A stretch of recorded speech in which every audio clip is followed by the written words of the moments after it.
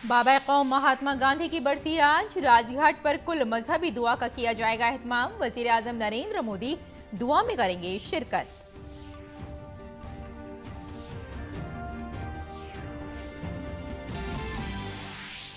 हुकूमत ने बजट इजलास से कबल आज दोनों ऐवानों के फ्लोर लीडरों की कुल जमाती मीटिंग बुलाई। मीटिंग में खुशउस्लूब इजलास चलाए जाने समेत पार्लियामेंट में उठाए जाने वाले मसाइल पर किया जाएगा गौर खौज।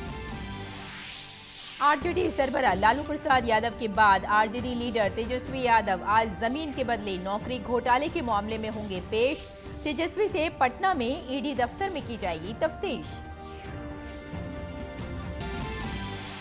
उत्तर प्रदेश, बिहार, दिल्ली, एनसीआर और कश्मीर में शदीद बर्फबारी। आइंदा 2 दिनों में शुमाली भारत के कुछ इलाकों में बारिश के इम्कानात।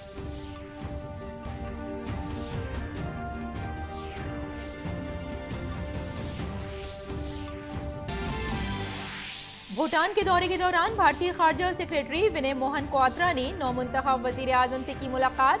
दोनों रहनुमाओं ने मुल्कों के दरमियान देरपा ताल्लुकात को मजबूत बनाने और दो तरफा ताउन बढ़ाने पर किया तबादला ख्याल।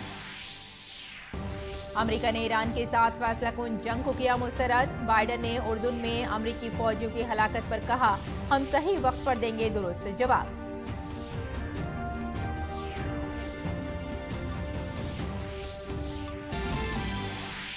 अंडर 19 वर्ल्ड कप के सुपर 6 में आज भारतीय टीम का न्यूजीलैंड से होगा मुकाबला।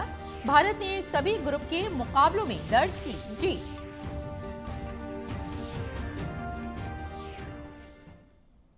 आदाब नाजरीन, खबरनामे में आपका इस्तकबाल है। मैं हूं आपके साथ रेशमा फारूकी। आइए तफसील से अब खबरों पर नजर डालते हैं। बाबा कौम महात्मा गांधी की आज बरसी है। आज ही के दिन 30 जनवरी 1948 को नाथूराम गोडसे ने बाबा कौम महात्मा गांधी को दिल्ली में प्रार्थना के दौरान गोली मार दी थी। सच्चाई और अदम तशद्दुद के रास्ते पर चलते हुए महात्मा गांधी ने न सिर्फ अंग्रेजों को भारत छोड़ने पर मजबूर किया, बल्कि लोगों की जिंदगियों में तब्दीली के लिए भी काम किया। उन्होंने पूरी दुनिया में अदम तशद्दुद को सबसे बड़ा मजहब होने का पैगाम भी दिया। गांधी जी का ताल्लुक न सिर्फ तहरीक आज़ादी से था, बल्कि वो मजहबी किताबों का दर्स भी दिया करते थे, जिसका उनकी जिंदगी पर भी गहरा असर पड़ा। बापू भजन भी सुनते थे। विष्णु जंतो नैनो कहिए बापू को सबसे ज्यादा पसंद था। जिस दिन महात्मा गांधी की मौत हुई, उस दिन को यौम शहादत के तौर पर मनाया जाता है। इस मौके पर खास तौर से दारुल हुकूमत दिल्ली के राजघाट पर वाक़े गांधी जी की समाधि पर खराज अक़ीदत पेश किया जाता है। पार्लियामेंट के बजट इजलास से पहले हुकूमत ने दोनों ऐवानों की कार्रवाई बेहतर तरीके से चलाने को यकीनी बनाने के लिए आज कुल जमाती मीटिंग तलब की है। बजट इजलास 31 जनवरी से 9 फरवरी तक चलेगा। पार्लियामानी उमूर के वजीर प्रहलाद जोशी लोकसभा और राज्यसभा में सियासी जमातों के लीडरों के साथ मीटिंग करेंगे। काबिल जिक्र है कि बजट इजलास 31 जनवरी को सदर जमहूरिया द्रौपदी मुर्मू के खिताब से शुरू होगा। वहीं वजीर खजाना निर्मला सीतारमण 1 फरवरी को अबूरी बजट पेश करेंगी। आरजेडी सरबराह तेजस्वी यादव को आज इन्फोर्समेंट डायरेक्टोरेट ने जमीन के एवज घपले के मामले में पूछगछ के लिए तलब किया है। ईडी ने तेजस्वी यादव को पटना में वाक़े दफ्तर में हाजिर होने को कहा है। इससे पहले कल ईडी ने आरजेडी सरबराह लालू प्रसाद यादव से तकरीबन 10 घंटे तक पूछगछ की थी। ये पूरा मामला 2004 से 2009 के दरमियान हुआ था। उस वक्त RJD supremo Lalu Prasad Yadav railway के वजीर थे। लालू प्रसाद यादव पर इल्जाम है कि जब वो रेलवे के वजीर थे तो उन्होंने बगैर इश्तिहार के सरकारी नौकरियां दी थीं।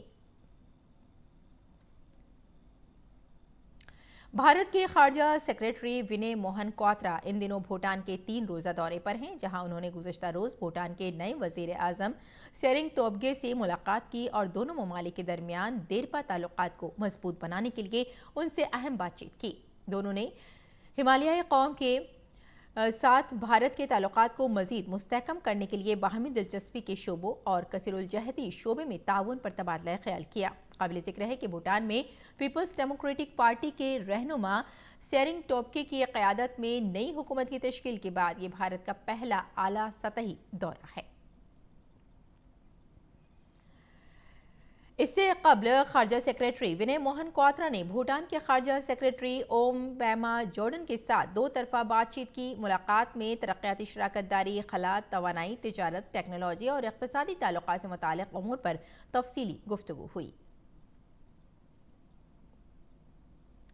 और गोवा में 6 से 9 फरवरी तक इंडिया एनर्जी वीक 2024 का इनेकाद किया जा रहा है। इस प्रोग्राम में दुनिया भर के 100 से ज़ायद ममालिक के नुमाइंदे तवानाई के शोबे के मुस्तक़बिल की हिकमत अमली पर तबादला ख्याल के लिए जमा हो रहे हैं। इस प्रोग्राम का मकसद शराकत दारी और इख्तिरात को फ़रोग़ देना और ऐसे हल तलाश करना है जो भारत के तवानाई के शोबे को एक पायदार और रोशन मुस्तक़बिल की तरफ ले जाएं। नीति आयोग की हालिया रिपोर्ट में इंकशाफ हुआ है कि मुल्क में गुज़िश्ता 9 सालों में 24 करोड़ 84 लाख लोग ख़त इफ़लास से बाहर आए हैं। ऐसे में अगर हम मध्य प्रदेश की बात करें तो 9 सालों में 2 करोड़ 30 लाख की आबादी अब ख़त इफ़लास से बाहर निकल आई है। माहिरीन का कहना है कि इसके पीछे बुनियादी वजह मरकजी हुकूमत की उन स्कीमों का ज़मीनी सतह पर निफाज है जिनका बराह रास्त असर गुर्बत की पैमाइश के पैरामीटर्स पर पड़ता है। पेश है एक खास रिपोर्ट। वर्ल्ड बैंक का पैमाना है कि जो शख्स 180 रुपए या उससे ज्यादा यौमिया कमाता है वो गरीब नहीं है। मध्य प्रदेश, उत्तर प्रदेश और बिहार के बाद तीसरी रियासत बन गई है जिसने गुज़िश्ता 9 सालों में अपनी 2 करोड़ 30 लाख आबादी को गुर्बत से निकाला है। ये आदद शुमार हमारे नहीं हैं बल्कि नीति आयोग की एक हालिया रिपोर्ट में सामने आए हैं।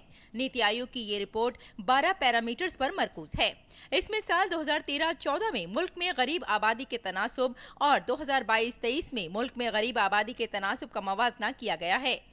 नीति आयोग के इस नतीजे में गुर्बत में कमी की बड़ी वजह मरकजी हुकूमत की पीएम अन्न योजना, जन धन योजना, मुद्रा योजना, उज्ज्वला योजना, पीएम आवास योजना के साथ साथ न्यूट्रिशन मिशन 100% है।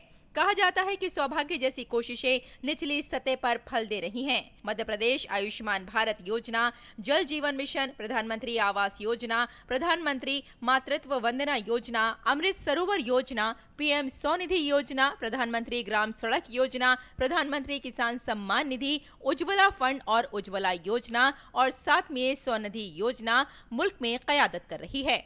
आइए मध्य प्रदेश में इन स्कीमों की हैसियत को भी देख लेते हैं।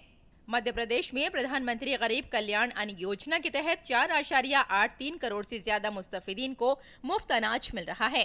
मध्य प्रदेश में उज्ज्वला गैस सिलेंडर के तहत गरीब खानदानों को 82.72 लाख से ज्यादा खवातीन ने गैस कनेक्शन हासिल किए हैं।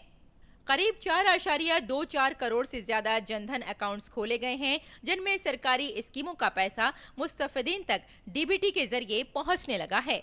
रियासत में प्रधानमंत्री आवास योजना के तहत देही इलाकों में 36 लाख से ज्यादा गरीब खानदानों और शहरी इलाकों में तकरीबन 7,50,000 गरीब खानदानों को मुस्तकिल छतें मिली हैं।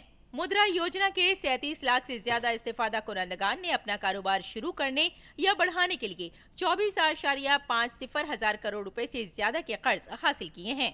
मध्य प्रदेश के मालियाती माहिरीन का ख्याल है कि गरीब लोगों के मेयारे जिंदगी को बेहतर बनाने के लिए मरकजी हुकूमत की स्कीमों को निचली सतह पर बेहतर तरीके से नाफिज किया गया है, जिसकी बुनियादी वजह रियासत में ज्यादातर वक्त में डबल इंजन वाली हुकूमत है। मेन गरीबी को गिनने वाले जो मानक हैं उन पर अगर आप देखें तो पिछले 10-15 वर्षों में इसमें बहुत काम हुआ है। विशेष तौर पे मैं अगर वर्तमान जो सरकारें हैं मध्य प्रदेश की, भारत की, अगर आप देखें तो जिस तरह से प्रधानमंत्री आवास योजना आई, जिस तरह से उज्ज्वला योजना आई और घर घर ईंधन पहुंचा है, जिस तरह से आयुष्मान भारत हेल्थ में और डीबीटी से चूंकि उनके पास डायरेक्ट पैसा गया है तो नेचुरली कहीं ना कहीं जब इनकम आपके पास आपके खाते में दिखती है तो आपका स्तर बढ़ता है। तो मुझे लगता है समग्र रूप से जो योजनाएं हैं जो बहुत ही फोकस्ड हैं पावर्टी को हटाने के या पावर्टी इरेडिकेशन के लिए, जो फोकस्ड अप्रोच होता है टारगेटिंग टू द पॉइंट, उस पर ही आधारित होने के कारण ये एकदम फर्क आया है। नीति आयोग की इस रिपोर्ट के मुताबिक पिछले 9 सालों में मुल्क भर में 24.82 करोड़ लोग गुर्बत से बाहर आए हैं। इन आदद शुमार की बुनियाद पर माहिरीन इख्तिसादियात का अंदाजा है कि अगर गुर्बत के खात्मे की रफ्तार इसी तरह जारी रही तो 2047 तक या इससे पहले भी इसका खात्मा हो सकता है। बिल्कुल सही एस्टिमेट है, इसमें कोई ज़्यादा ओवर एस्टिमेशन नहीं है। ये बिल्कुल सही मॉडरेट एस्टिमेशन है, सेफ एस्टिमेशन है कि 2047 तक हम विकसित के श्रेणी में ज़रूर आ जाएंगे। हो सकता है उससे पहले ही आ जाएं। मध्य प्रदेश में इन आदतोशुमार में बेहतरी की एक वजह सनती और बुनियादी ढांचे की तरक्की है। आज मध्य प्रदेश सनतकारों के लिए सरमायाकारी का पसंदीदा मुकाम बन गया है, क्योंकि यहाँ नए सनती इलाके, नए सरमायाकारी कॉरिडोर्स और साथ में नए MSME clusters, startups, incubation centres वगैरह फैल रहे हैं। यहाँ 47 लाख हेक्टेयर से ज्यादा की आबादी की सलाहियत है। 29,000 मेगावाट से ज्यादा तवानाई है। 5 लाख किलोमीटर से ज्यादा लंबी सड़कें, नए हवाई अड्डे और हवाई पट्टियां ज्यादा अहम हैं। नीति आयोग की ये रिपोर्ट 2024 की शुरुआत में खुशखबरी लेकर आई है। भारत को आजाद हुए 75 साल हो चुके हैं। अगले 25 साल यानी कि अमृतकाल में अगर भारत की नीति और नीयत इस तरह ही साफ रही और अगले 25 साल अगर पराक्रम की पराकाष्ठा ऐसे ही भारत करता रहा तो 2047 तक यानी कि जब हम आज़ादी के 100 साल पूरे कर चुके होंगे तो गरीबी को जड़ से मिटा सकते हैं। भोपाल से आदित्य श्रीवास्तव, DD न्यूज़। आगे बढ़ते हैं। शुमाली भारत में घने कोहरे और सर्दी की लहर का सिलसिला जारी है। राजधानी दिल्ली और NCR में घने कोहरे की वजह से आज सुबह के औकात में विजिबिलिटी 0 थी। तहम गुज़िश्ता रोज मतला साफ रहा और तेज धूप के बाइस लोगों ने सर्दी से राहत महसूस की। लेकिन आज फिर शुमाली भारत के बेशतर हिस्सों को कोहरे ने अपनी इज्जत में ले लिया है। वहीं लोग खुद को गर्म रखने के लिए अलाव का सहारा भी ले रहे हैं।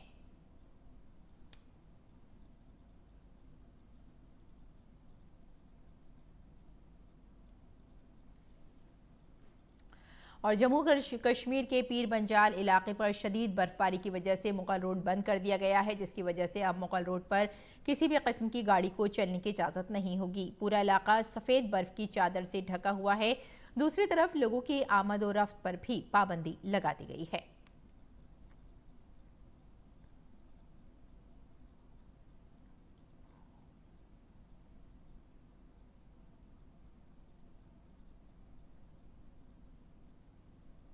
महकमा मौसमियात ने पेशगोई की है कि इस महीने की 30 तारीख तक राजस्थान के कुछ हिस्सों और उत्तर प्रदेश के बेशतर हिस्सों में रात और सुबह में चंद घंटों के लिए घना कोहरा छाया रहेगा। महकमा मौसमियात ने कहा है कि बिहार में भी घना कोहरा छाया रहेगा। वहीं पंजाब, हरियाणा और चंडीगढ़ में आज घना कोहरा छाया रहेगा। महकमा मौसमियात ने पेशगोई की है कि बिहार के कुछ हिस्सों में मंगल तक सर्दी की लहर बरकरार रहेगी।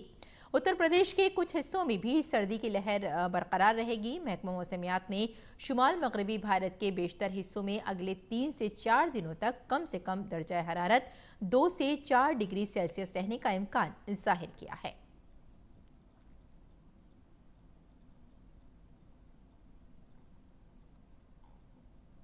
बीटिंग रिट्रीट 2024 तकरीब का एहतमाम दिल्ली के विजय चौक पर किया गया। 75वें यौम जमहूरिया की तकरीबात के अख्ताम पर मुनक़िदा तकरीब में आर्मी, नेवी, एयरफोर्स और सेंट्रल आर्म्ड पुलिस फोर्स के म्यूजिकल बैंड ने शानदार कारकर्दगी का मुजाहरा किया। इस सिलसिले में हमारे नुमाइंदे ग्रीश निशाना की पेश है ये खास रिपोर्ट।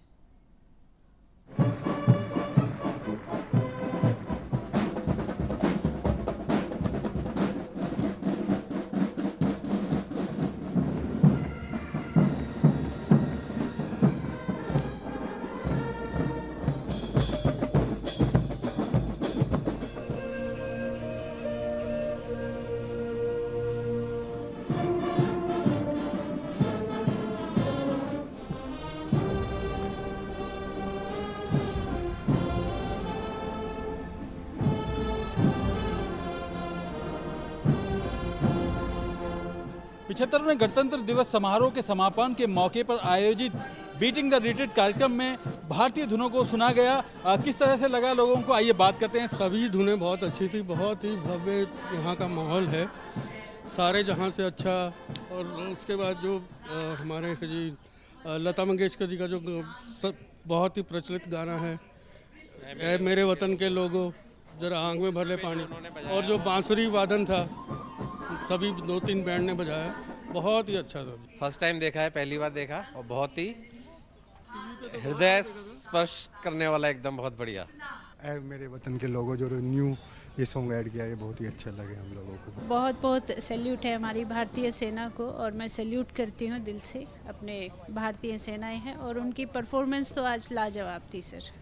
रघुपति राघव राजा राम वाला। जब यहाँ हम आते हैं तो जो जोश होता है, जो जुनून होता है, जो देश की चीज़ें आप देखो है ना, तब होता है। टीवी में एक रियल लाइफ में बहुत डिफरेंस है।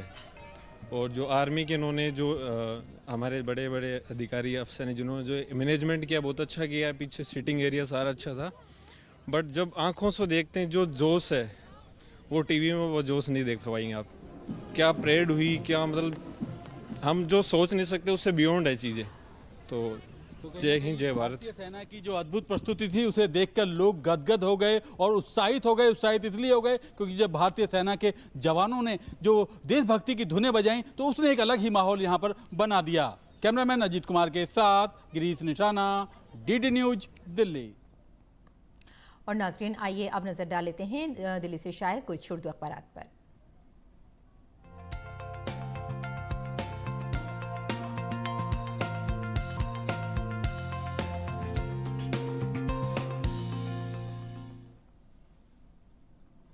तो नाज़रीन, अखबारात के जायजे में आइए सबसे पहले नज़र डाल लेते हैं रोज़नामा राष्ट्रीय सहारा पर। राष्ट्रीय सहारा के सफ़े अव्वल की बात करें तो सफ़े अव्वल पर राष्ट्रीय सहारा की ये खबर है कि ज्ञानवापी मामले से मुतालिक है। हिंदू फरीक फिर सुप्रीम कोर्ट पहुंचा और सेल किए गए हिस्से का भी सर्वे का मुतालबा किया गया है। और अयोध्या से ये खबर है मथुरा की, और सुप्रीम कोर्ट का ये एक बड़ा फैसला बताया जा रहा है कि शाही ईदगाह कॉम्प्लेक्स के सर्वे पर पाबंदी जो है वो बरकरार रखी गई है। और इससे अब बाकी का जो फैसला है, बाकी की जो सुनवाई है वो अभी जारी रहेगी और इस मामले में मज़ीद क्या हो सकता है इसका भी हमें इंतज़ार करना होगा।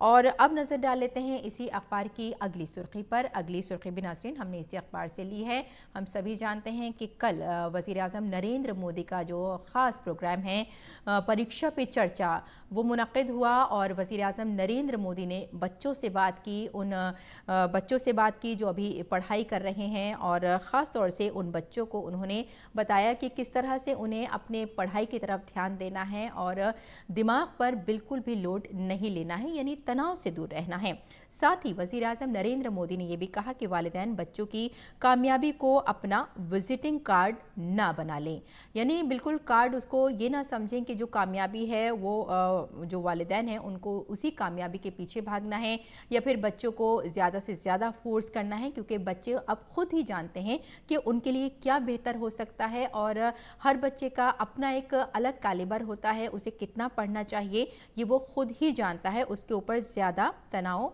या फिर ज़्यादा दबाव वालिदैन ना डालें।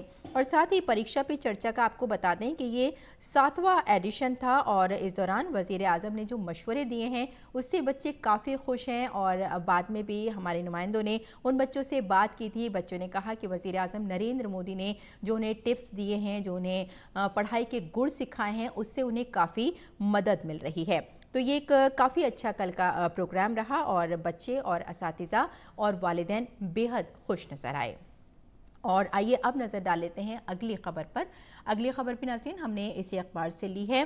हेमंत सोरेन से मुतालिक ये खबर है। हेमंत सोरेन से ईडी की पूछगछ जारी है और इसी वजह से वहाँ जो सियासी सरगर्मियाँ हैं वो काफ़ी तेज़ बताई जा रही हैं और चीफ सेक्रेटरी ने हंगामी मीटिंग भी तलब की है और कांग्रेस ने भी अरकान असेंबली को बुलाया है। यानी कि ये कहा जा सकता है कि जब जब कुछ गलत होता है, भ्रष्टाचार फैलता है, तब तब ईडी जो है बहुत ज़्यादा अटेंशन में आ जाती है, बहुत ज़्यादा लोगों पर जाकर इसको लगता है कि कहीं भी जो करप्शन है उसे ख़त्म होना चाहिए और ईडी की ये एक ख़ास पेशरफ्त बताई जा रही है। अब आगे क्या होगा इसका भी हमें नाज़रीन इंतज़ार करना होगा। और अब नज़र डाल लेते हैं रोज़नामा हमारा समाज पर। हमारे समाज की नाज़रीन ये सुर्खी है, हज 2024 के लिए कुरा अंदाज़ी का जो काम है वो मुकम्मल किया जा चुका है और 1,39,054 आज़मीन का इंतखाब किया गया है।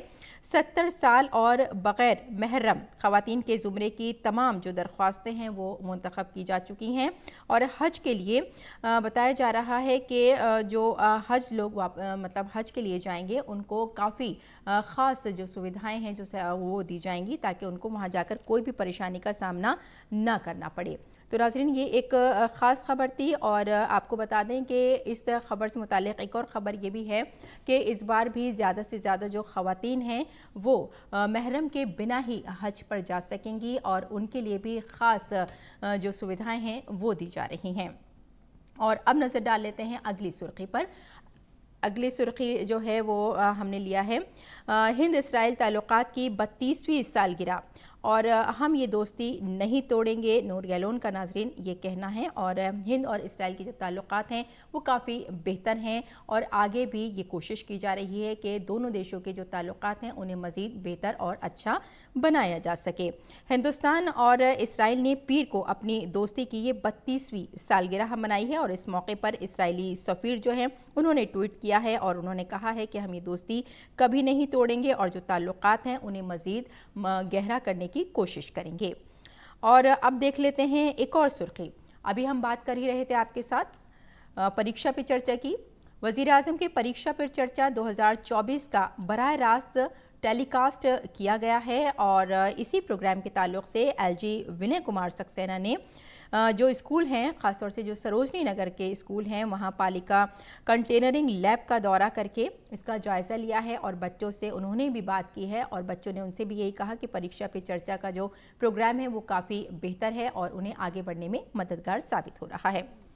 और अब ये खबर भी देख लेते हैं। अक़वाम मुत्तहिदा का अमरीका से इमदादी इदारे की फंडिंग जारी रखने का मुतालबा किया गया है। अरब लीग की जानिब से अमरीका और बरतानिया के इत्तेहादी ममालिक के इक़दाम की मज़म्मत भी की गई है। और अब नज़र डाल लेते हैं रोज़नामा हिंदुस्तान एक्सप्रेस पर। हिंदुस्तान एक्सप्रेस की नाज़रीन ये ख़बर है कि हम हर मंसूबे में कौमी और मुकामी टेक्नोलॉजी का हिस्सा बढ़ाएंगे। और आपको बता दें नाज़रीन, ये कहना है तुर्क सदर का रजब तैयब उर्दगान का और उन्होंने कहा है कि किसी भी शोबे में हम आगे बढ़ेंगे और ख़ास तौर पर जब हम आगे बढ़ेंगे तब हमारा जो मुल्क है वो मज़ीद तरक्की कर पाएगा। तो नाज़रीन ये था अखबारात का जायज़ा और आइए अब लौटते हैं बुलेटिन की जानिब। कुछ और खबरों पर नज़र डाल लेते हैं। उर्दू और शाम की सरहद पर वाक़ अमरीकी फ़ौजी अड्डे पर ड्रोन हमले में 3 अमरीकी फ़ौजियों की हलाकत के बाद अमरीकी इंतज़ामिया ने कहा है कि वो ईरान के साथ जंग नहीं चाहती है। और वाइट हाउस के कौमी सलामती के तर्जुमान जॉन कर्बी ने कहा कि हम तनाज़ा नहीं चाहते हैं। अमरीका ने इस हमले का इल्ज़ाम ईरान के हिमायत याफ्ता इंतहा पसंद ग्रुप को ठहराया है, ताहम ईरान ने अमरीका के इल्ज़ामात की तरदीद की है। इससे कबल अमरीकी सदर जो बाइडन का कहना था कि अमरीका अपने हिसाब से जवाब देगा। अमरीकी वज़ीर ख़ारजा एंटनी ब्लिंकन ने कहा है कि गज़ा से यरगमालियों की रिहाई को यकीनी बनाने के लिए नई तजवीज़ पेश की गई है। ये साबिक़ा तजवीज़ से बहुत बेहतर है। इससे कबल वाइट हाउस की कौमी सलामती के तर्जुमान जॉन किर्बी ने कहा था कि अमरीका गज़ा में तशद्दुद के ख़ात्मे के लिए जंग बंदी चाहता है। और चिली के शहर सेंटियागो के बाज़ इलाकों में शदीद गर्मी के इम्कान के पेश नज़र रेड अलर्ट जारी कर दिया गया है, जबकि दारुल हुकूमत में हफ्ता भर गर्मी पड़ने का इम्कान है। वहाँ पीर को दर्जा हरारत 33 डिग्री सेंटीग्रेड तक पहुँच गया था, जिसकी वजह से मुकामी लोगों ने शहर के चश्मों में ठंडक महसूस की। और दर्जा हरारत की बात करें तो 35 डिग्री सेल्सियस रहने का इम्कान है, जो गर्म तरीन दिन हो सकता है। आला हुकाम ने लोगों को घर के अंदर रहने की भी तंबीह की है। और अब बात कर लेते हैं खेल की दुनिया की। तो आपको बता दें कि अंडर 19 वर्ल्ड कप के सुपर 6 मरहले में भारतीय टीम आज न्यूजीलैंड के खिलाफ खेलेगी और उदय साहरन की कप्तानी में भारतीय टीम ने अब तक खेले गए तीनों मैचों में कामयाबी हासिल की है। वहीं कीवी टीम को पहले 2 मैच जीतने के बाद पाकिस्तान के खिलाफ शिकस्त का सामना करना पड़ा था। ग्रुप ए में टॉप पर रहने के बाद सुपर 6 में पहुंचने वाली भारतीय टीम के लिए अच्छी बात यह है कि उसे अगला मैच इसी मैदान पर खेलना है जहां उसने पहले तीनों मैच जीते हैं, जबकि न्यूजीलैंड की टीम ईस्ट लंदन से आई है और उसे शराइत का सामना करना पड़ रहा है। काबिल जिक्र है कि भारत ने बांग्लादेश, आयरलैंड और अमेरिका को शिकस्त दी है। भारत को बांग्लादेश के खिलाफ पहले मैच में मुश्किलात का सामना था, लेकिन बकिया 2 मैचों में भारतीय टीम ने शानदार फतोहात दर्ज की। और भारतीय टीम को इंग्लैंड के खिलाफ 5 टेस्ट मैचों की सीरीज के दूसरे मैच से कबल बड़ा धचका लगा है। रविंद्र जडेजा और केएल राहुल चोट की वजह से दूसरे टेस्ट से बाहर हो गए हैं। ये जानकारी बीसीसीआई ने दी है। पहले टेस्ट में भारत को इंग्लैंड के हाथों 28 रन से शिकस्त हुई थी। काबिल जिक्र है कि जडेजा को हैदराबाद में पहले टेस्ट के चौथे दिन हैमस्ट्रिंग एनर्जी का सामना करना पड़ा और बीसीसीआई की मेडिकल टीम दोनों खिलाड़ियों पर नज़र रखे हुए है और इन दोनों खिलाड़ियों की जगह सिलेक्शन कमेटी ने सरफराज खान, सौरभ कुमार और वाशिंगटन सुंदर को दूसरे टेस्ट के लिए टीम इंडिया में शामिल किया है। ताहम आवेश खान अपनी रणजी टीम में मध्य प्रदेश के साथ रहेंगे और ज़रूरत पड़ने पर ही टीम इंडिया में शामिल होंगे। घरेलू क्रिकेट में सरफराज की हालिया कारकर्दगी काफ़ी अच्छी रही और उन्होंने गुज़िश्ता चंद सालों में काफ़ी रन बनाए हैं। अब दूसरा टेस्ट मैच 2 फरवरी से विशाखापट्टनम में खेला जाएगा। चेन्नई में जारी खेलो इंडिया यूथ गेम्स में नौजवान खिलाड़ियों की शानदार कारकर्दगी जारी है। तैराकी में राजस्थान के योग चैलानी लड़कों की 400 मीटर फ्री स्टाइल में गोल्ड मेडल जीतने में कामयाब रहे और योग 4 मिनट 5.3 सेकंड के वक्त के साथ पहले नंबर पर रहे। इस मुकाबले में आंध्र प्रदेश के तैराक ने चांदी का तमगा हासिल किया और महाराष्ट्र के रौनिक ने कांसे का तमगा हासिल किया। लड़कियों के 400 मीटर मेडले में कर्नाटक की तानिया ने सबको पीछे छोड़ दिया और गोल्ड मेडल जीतने में कामयाब हो गई। उन्होंने दौड़ 5 मिनट 10.24 सेकंड में मुकम्मल की। तमिलनाडु की श्रीनिति ने चांदी और महाराष्ट्र गेरागवी रामानुजन ने कांसे का तमगा जीता। आसाम की ज्योति हजारिका ने लड़कियों के 100 मीटर फ्री स्टाइल के फाइनल में गोल्ड मेडल जीता। महाराष्ट्र के तैराक ने चांदी का तमगा हासिल किया और गुजरात के तैराक ने कांसे का तमगा हासिल किया। आंध्र प्रदेश के एस गोटिटी ने लड़कियों की 100 मीटर फ्री स्टाइल में गोल्ड मेडल जीता है। वहीं मगरबी बंगाल की अंशु ने चांदी का तमगा जीता और आसाम के तैराक ने कांसे का तमगा जीता। कुश्ती में दिल्ली के सागर ने लड़कों के 65 किलोग्राम वजन के जुमरे में शानदार कारकर्दगी का मुजाहिरा करते हुए गोल्ड मेडल जीता है। सागर ने फाइनल में महाराष्ट्र के पहलवान को आसानी से शिकस्त दी।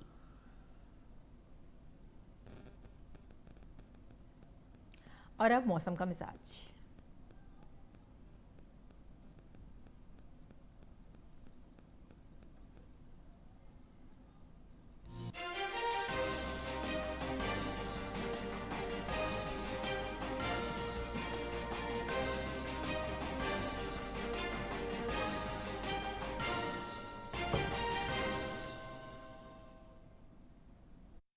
नमस्कार, मैं हूं श्रीकांत वर्मा और आप देखते रहिए अजीम फनकारों की ज़िंदगी पर मबनी प्रोग्राम गुफ्तगू हर शनिवार रात 8:30 बजे